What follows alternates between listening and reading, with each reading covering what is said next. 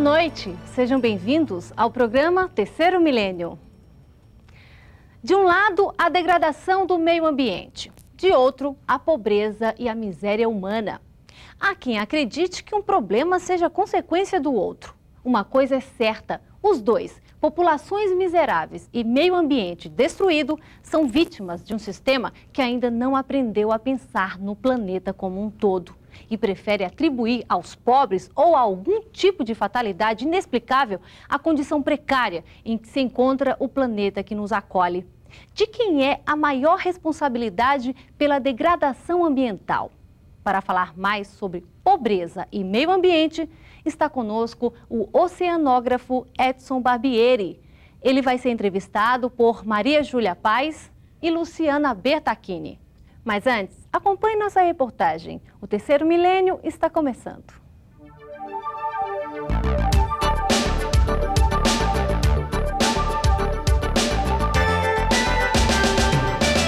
A senhora acha que os pobres interferem na qualidade do meio ambiente?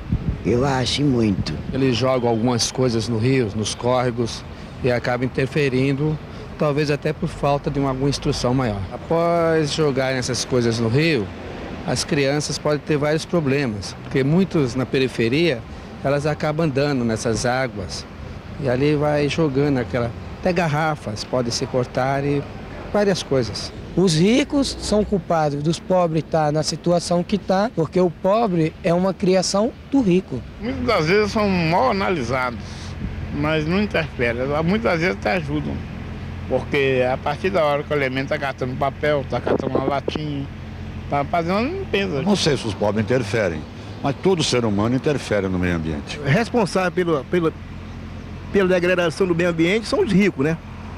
Eles são quem faz as fábricas, as indústrias, eles são quem comandam, eles é que fazem e determinam o que vai se fazer. Os ricos, eles degradam, porque fazem muito pouco pelos pobres.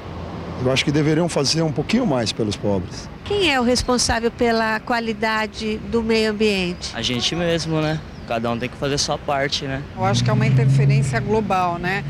Falta essa conscientização. Você vai para os países da Europa, as pessoas são mais conscientes, mas isso é uma questão de governo, de educação. Acho que aqui essa é a nossa dificuldade. Não que eles interfiram, acho que eles têm menos informação, menos acesso a essas informações, né?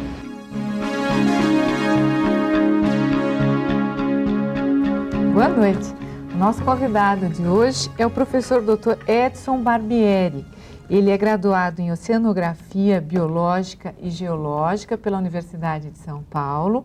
Ele fez o mestrado em Geografia Física e o seu doutorado em Oceanografia Biológica.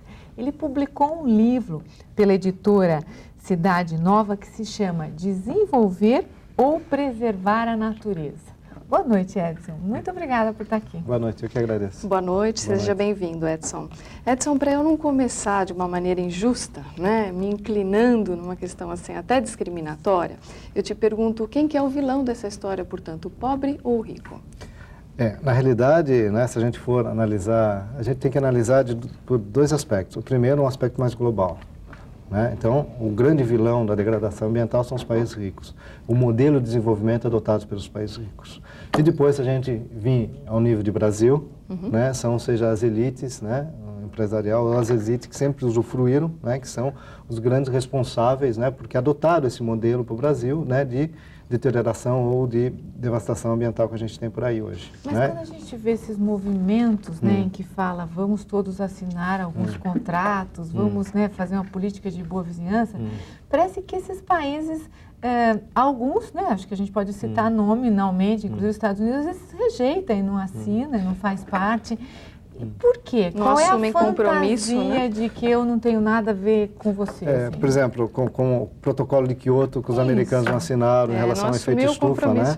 Por exemplo, o efeito estufa, com o aumento do nível do mar, geralmente são as populações pobres que vão ser afetadas por esse fenômeno, né?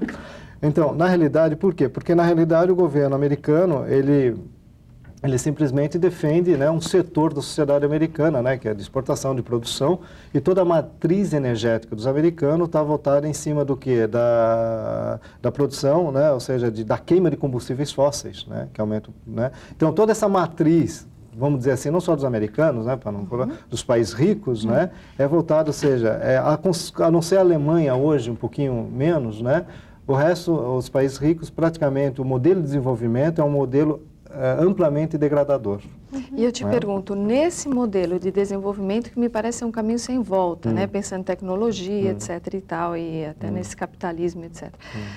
Onde que você coloca a relação pobreza e meio ambiente? Por que a pobreza inserida nesse contexto? Você já citou ela lá na ponta, né? Agora, onde que ela está como protagonista dessa história? Na realidade, o que acontece? Esse modelo, né, que não tem uma equidade na distribuição de renda, principalmente no caso do Brasil e mesmo no caso dos países ricos, não tem uma equidade na distribuição das riquezas dos países ricos para os países pobres, gera o que? Gera pobreza, né, que acaba gerando desmatamento, que acaba gerando degradação ambiental. Porque os pobres, muitas vezes, né, para muitos pobres, né, os miseráveis principalmente, a energia que a gente às vezes liga aqui, a luz, né, para eles vem da lenha, vem da floresta, eles têm que queimar lenha, às vezes tem que queimar esterco, a água vem de poço, vem, né? Ou seja, às vezes a proteína animal vem de uma caça, né, que no Brasil, por exemplo, é proibida a caça, né? Então acaba sendo marginalizado já também. Então, nesse sentido, né, então o pobre, né, quando a gente também fala em pobre, a gente tem que definir um pouquinho o que é pobreza, né, o que é pobre, né? Então define pra gente. Pela Unesco, pobre seria o sujeito que ganha até um salário mínimo, desculpe, $1 por dia. $1 Isso é por dia. Unesco. Porém, o programa da ONU, né, o PNUD, né, Programa das Nações Unidas de Desenvolvimento, ele considera que seriam pobres aquelas pessoas que ganham menos do que 2 vezes o valor da cesta básica. Né? Ou seja, que ficam mal alimentados. Agora, isso é um tipo de pobreza que a gente fala, um parâmetro, um IPC que a gente fala, né? Um índice de pobreza de renda. Só que hoje também a gente tem um outro IPC que a gente chama, né? O índice de pobreza, né? Que está começando a levar em conta, por exemplo, né, o que é o índice de pobreza e capacidade, né, que é a alimentação, se o sujeito é bem ou não nutrido, a capacidade desse sujeito, né, ou dessa pessoa, né, procriar em condições dignas, né, que geralmente se essa pessoa é assistida por médico ou não, né, e em terceiro, a capacidade de educação, né. Então, hoje é o que a gente chama de pobreza e capacidade. Então, quando você retira um desses fatores, né, o sujeito acaba sendo pobre, porque... E aí você está falando de um ciclo, então, na verdade? Porque assim, se eu não tenho educação, eu não tenho saúde, eu não tenho comida, é muito complicado, eu preservar meio ambiente, é isso? É impossível, porque eu vejo como impossível, porque o pobre, as pessoas pobres que totalmente alienada da economia nacional e marginalizada pela sociedade, não vai sentir nenhum compromisso em preservar o meio ambiente, uma vez que a própria sociedade não preserva ela como pessoa, né? Ou como direito básico humano da pessoa, não né? Tá preservada, exatamente, né? Como direito básico humano, né? Ou seja, de morar, de viver dignamente. Pois mas tem essa questão que você coloca para a Júlia da infraestrutura. Um país não tem uma infraestrutura, uma política justa social, habitacional, econômica, cultural, social, né? Um ponto de partida. Aí nesse ciclo vem essa questão da falta da infraestrutura, pouca possibilidade, as populações ribeirinhas são extrativistas mesmo, porque elas precisam, né, sobreviver. E o pobre urbano, como que ele se comporta diante desse quadro? Eu vejo que o pobre urbano, talvez o índice de pobreza ainda pior do que dessas populações. A ribeirinha, talvez a gente for colocar como populações tradicionais, né, ou populações rurais, né, que são diferentes do pobre rural, o pobre tradicional e o pobre urbano. Por quê? Porque o pobre urbano não tem de onde ele retirar. Né? Ou seja, ou ele vai arrumar um trabalho, alguma coisa. Então, ou ele vai assaltar e aí perpassa questões da violência. Da Isso também a gente tem um problema, né? Que, ou seja, a pobreza, a degradação ambiental, mais pobreza gera violência. Outro e aí ciclo, né? Na região urbana. Né? E, inclusive, se a gente pensar ao nível global, inclusive terrorismo, né? Entendeu? Então, quando a gente pensa, por exemplo, nas regiões urbanas, né? Então a gente vê, às vezes, invasões de mananciais. Por que ocorrem as invasões mananciais? Primeiro, porque é uma falta total de ordenamento, né, do uso do solo. Planejamento. De planejamento, de uma falta de uma política de planejamento urbano. E segundo, porque essas populações são muito pobres, né, e às vezes eles vão querer o único lugar que resta, que não foi construído, é aquela região. Então vamos fazer as favelas ou as subhabitações nesses locais. Né? E depois vem o poder público, geralmente, para retirá-las de lá, né? Com muita violência, geralmente. Exato. Então, na realidade, se a gente pensar um pouquinho amplamente, né, nessa questão, são as populações pobres, na realidade, é que sofrem as consequências, né, da degradação ambiental. Né? Inclusive, né, no caso de São Paulo, a questão da poluição. Se a gente for ver, né, as populações mais pobres é que vai sofrer mais os hospitais, né, o pessoal que trabalha, né, que você vê que tem problema de bronquite, de respiratório, etc. Né? E você não achou interessante a fala de um dos entrevistados, que ele fala assim, na verdade, nós é que estamos fazendo a limpeza do que vocês estão sujando, né? Você concorda com isso? Concordo, eles fazem isso por quê? Infelizmente, a gente tem uma realidade no Brasil, infelizmente, no Brasil a gente é um dos grandes recicladores de lixo, né? Isso é importante. Porém, infelizmente, a gente fala, porque é a única maneira dessas pessoas sobreviverem e ter uma fonte de renda é catar o lixo. Então, eles vivem no lixo e do lixo.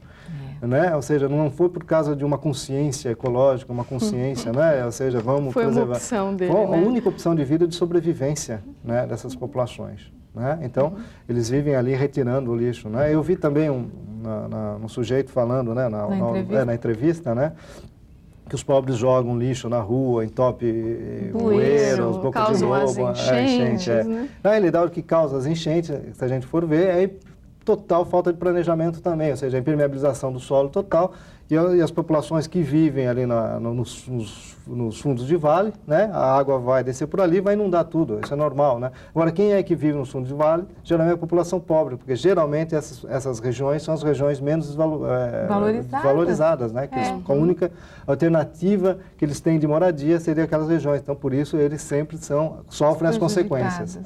E no Brasil a gente até brinca, né, que o empresariado brasileiro, ele pensa, embora está mudando um pouquinho isso, a gente vê o Instituto Etos, muita coisa ainda está mudando, está trabalhando bastante para mudar. Mas o que a gente tem hoje, né, ainda tem com bastante frequência, é que os empresários pensam, vamos socializar os prejuízos e privatizar os lucros. Né? Então, o que geralmente ocorre, principalmente no Brasil, é isso. Né? Então, as elites usufruem da riqueza do país, né, e a população pobre sofre as consequências ambientais, né? Exato. Né? E seja ela por enchente, seja ela por causa do efeito dos poluentes que a gente tem atmosférico, né? Isso também no Brasil. Agora, eu posso jogar isso, inclusive, ao nível global, né? Ou seja, voltar ao nível global, que os países ricos, né, consomem, por exemplo, só os americanos, eles consomem em torno de 25% de toda a energia mundial, né? E 23% de todo o petróleo. Né? Sabe, Edson, eu queria entender agora o papel de cada um de nós, independente do nosso status social, né? E pensando em ser pobre, rico, classe média, o que for, no que nós podemos contribuir pensando nessa saúde de meio ambiente. Eu vou lhe pedir licença para que nós possamos fazer um pequeno intervalo. Você responde para nós daqui a pouco. Por isso, fique conosco. Nós voltamos já já. O nosso assunto é meio ambiente e pobreza. Fique conosco. Até já.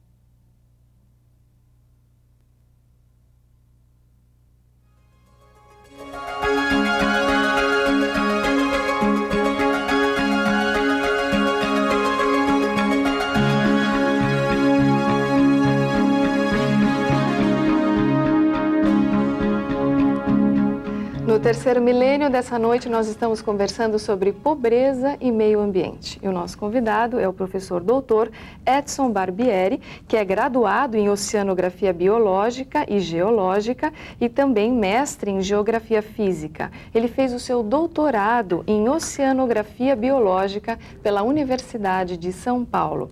No final do primeiro bloco, eu pedi para o Edson contar para nós um pouquinho qual é o papel de cada um de nós, menos ou mais favorecidos economicamente nessa questão da preservação do meio ambiente. Talvez nós tenhamos aí um papel importante nessa questão de cunho ético-social, né?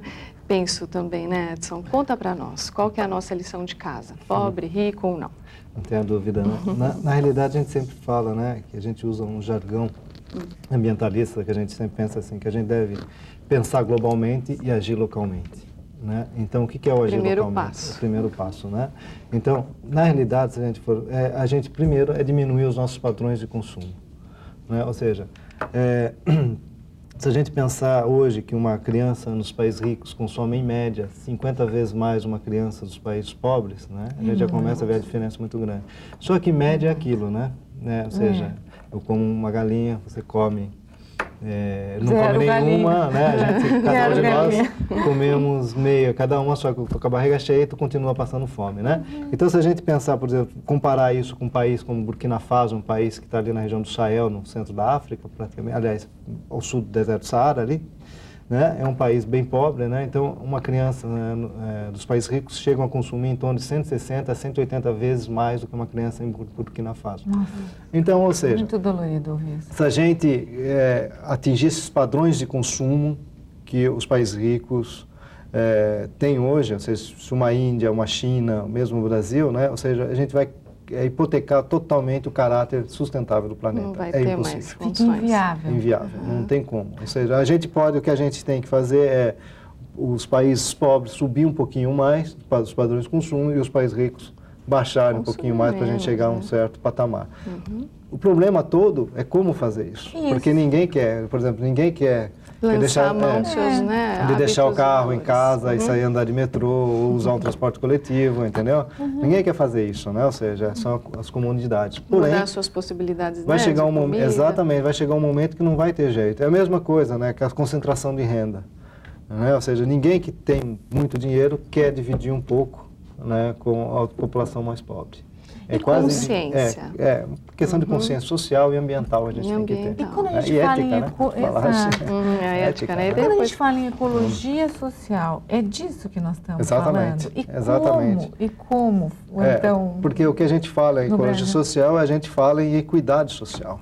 Né? Se a gente não tem equidade social, a gente não tem ecologia social, a gente não tem nada. Porque a gente vai ter um desnível muito grande, né, no qual um vai usufruir muito, uma camada da população vai usufruir muito, outra não vai usufruir nada, porém essa camada vai sofrer as consequências. Né? E não é uma ilusão, porque a gente fala muito em holografia hoje em dia, em visão holográfica, o quanto ela é real. Porque você mesmo está dizendo, se eu tenho muito e a minha fome é de um frango inteiro, eu não quero nem te dar a asinha, né? Assim, nem a perninha do frango. E como então? O quanto é realidade aqui no Brasil esse desenvolvimento da visão holográfica? Aqui no Brasil é complicado, né? Porque aqui é ainda mais isso, né? Para a gente ter uma ideia, os últimos índices do IBGE me assustou até, né? Porque embora tenha diminuído a pobreza, aumentou muito a concentração de renda. Exato. Né? Ou seja, os 10% da população mais rica, hoje ela detém 57% de toda a riqueza do país. E os 50%, vamos dizer assim, mais pobres da população, detém só 7%. Então, isso é um disparate. Isso também hipoteca totalmente o caráter sustentável da economia brasileira. É impossível. Então, na realidade, você tem o quê? Uma economia para poucos, né? Ou seja, a gente tem em torno de 40 milhões de pessoas, né, que consomem, que têm um padrão de vida razoável. Os outros 110 e 120 milhões praticamente lutando para sobreviver. Né? Exatamente. Completamente excluídos. A gente tem ainda, né, no Brasil, a questão de a pessoa pobre ainda as pessoas miseráveis mesmo. A gente até brinca, né, que são sem terra, sem teto, mas esse sem terra, sem teto, ainda tem uma organização. Mas a gente ainda tem os sem SEI, né, que não tem nada, né? Não tem nada, nem organização, nem cidadão são, né? Não são incluídos nem em estatística. Uma das coisas que a gente estava vendo isso que embora o IBGE lutou bastante nas últimas censos, né, de buscar as populações de rua, né? Trabalhar um pouco. A Prefeitura de São Paulo parece que hoje tem os dados das populações que vivem na rua, né? Porque tem as pastorais dos sem-teto, os pastorais das populações que trabalham com as populações de rua, então eles têm mais ou menos. Embora isso é uma população que flutua muito também. Certo. Né? Agora sim, Edson, ainda voltando a uma pequena provocação de natureza ética. Pobre, rico, etc. Você não acha que também superpassa um pouco o comportamento da pessoa? Assim, mesmo sendo pobre, eu tenho um comportamento... Eu queria voltar um pouquinho nessa questão de comportamental. Você nos deu um parâmetro que é indiscutível, a questão da infraestrutura política social e justa, né? Quando existe justiça, emprego, a pessoa vive melhor, preserva melhor, né, a sua casa. Eu acho que isso é uma questão que acreditamos que venha a ocorrer a médio e longo prazo. Agora, a postura de um rico também não favorece o meio ambiente. A postura de um pobre não favorece, mas não é porque ele não tem dinheiro, é a conduta. Onde entra aí?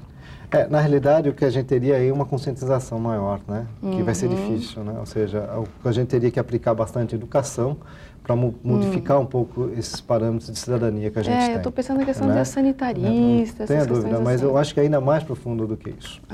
Porque não passa só pela questão do sanitarismo, passa por questões sociais, de educação, de políticas, até do jogo de futebol, entendeu? De tudo, né? De jogar um papel no chão. Exato, perpassa toda a sociedade. Ou seja, de jogar aquele papel no chão, por quê? Porque aqui em casa eu não jogo, mas na rua eu jogo. Porque a rua é pública. Então o que é público no Brasil não é de ninguém. Não, o que é público é de todos. Então tem que preservar aquilo, não é isso? Então, inclusive os políticos pensam bastante assim, né? Ou seja, o que é público, ou eles apropriam, muitos corruptos, né? Dependendo do período, né?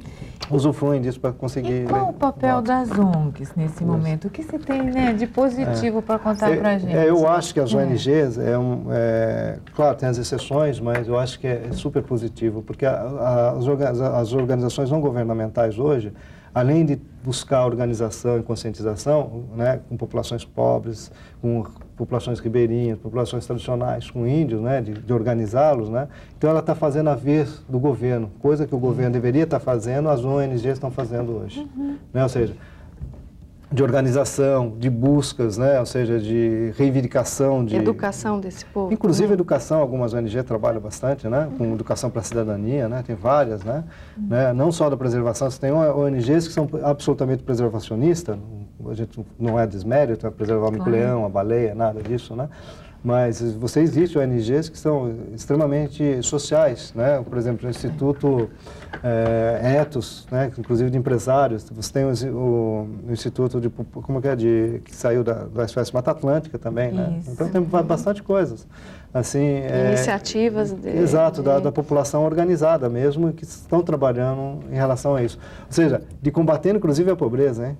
Né? Se a gente vê o caso da pastoral da criança, acho que esse é o ponto, né? E o programa está acabando.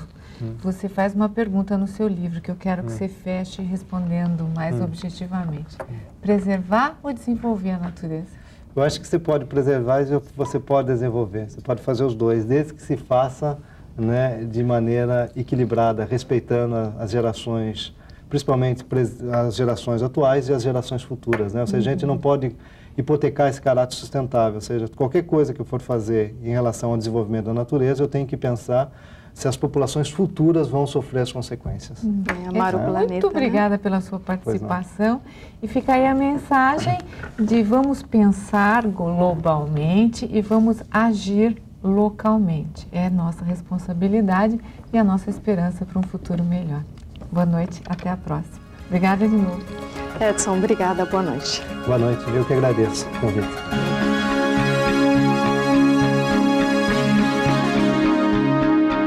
E se você quiser enviar sua opinião ou tirar dúvidas sobre o assunto de hoje, fique à vontade e entre em contato conosco. É sempre uma alegria contar com sua participação em nossos encontros.